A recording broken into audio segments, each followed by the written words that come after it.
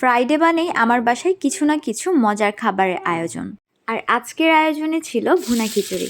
আর তাই ভাবলাম আজকের রান্নার রেসিপি শেয়ার করতে করতে কেননা একটু গপ্পসপ্প হয়ে যাক। আমাদের বাসায় ভুনা খিচুড়ির থেকে ল্যাটকা খিচুড়িটাই বেশি করা হয়।